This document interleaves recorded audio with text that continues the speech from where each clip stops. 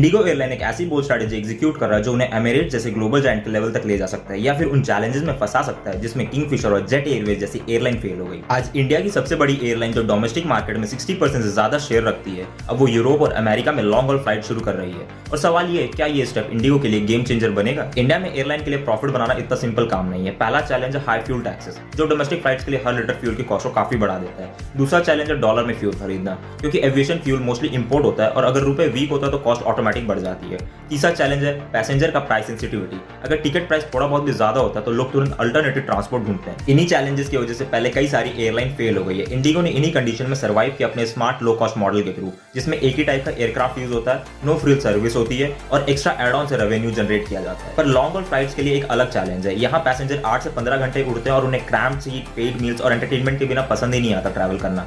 Emirates, कतार airlines जैसे luxury comfort देते हैं और उनके पास ऑयल मनी है और गवर्नमेंट का एक स्ट्रॉन्ग बैकिंग है। वहीं इंडिगो के पास सिर्फ अपना प्रॉफिट ड्रिवन मॉडल है। दूसरा इशू है हब का। एमिरेट्स दुबई को अपना हब बनाकर पूरी दुनिया के पैसेंजर्स को जोड़ता है और इसी वजह से उनकी फ्लाइट्स इजीली फिल हो जाती है। इंडिगो के पास ऐसा कोई ग्लोबल हब नहीं है और वो दुबई में एक फॉरेन एयरलाइन की तरह है, मतलब उन्हें अपनी जगह बनाने के लिए हायर कॉस्ट देनी पड़ेगी। और तीसरा सबसे बड़ा चैलेंज है लैंडिंग स्लॉट का। लंदन और न्यूयॉर्क जैसे एयरपोर्ट में प्राइम स्लॉट मिलना बहुत ही टफ है और कभी कभार तो एयरलाइन को एक स्लॉट खरीदने के लिए 500 से 600 करोड़ रुपए देने पड़ सकते हैं और ये काफी रिस्की इन्वेस्टमेंट हो सकता है। इन्हीं सारे चैलेंजेस को टैकल करने के लिए इंडिगो ने एक नया मॉडल डिजाइन किया है, हाइब्रिड स्ट्रैटेजी। ना ही वो पूरा लग्जरी होगा ना ही लो कॉस्ट होगा, मतलब इकोनॉमी से थोड़ा अपग्रेडेड वर्जन ये लोग प्रोवाइड करेंगे। ज्यादा लेगरूम स्पेस होगा, बेटर सीट्स होंगे, अच्छा खाना मिलेगा और ये लोग कोशिश कर रहे हैं कि बिजनेस क्लास के आधे प्राइस में इसको प्रोवाइड करें।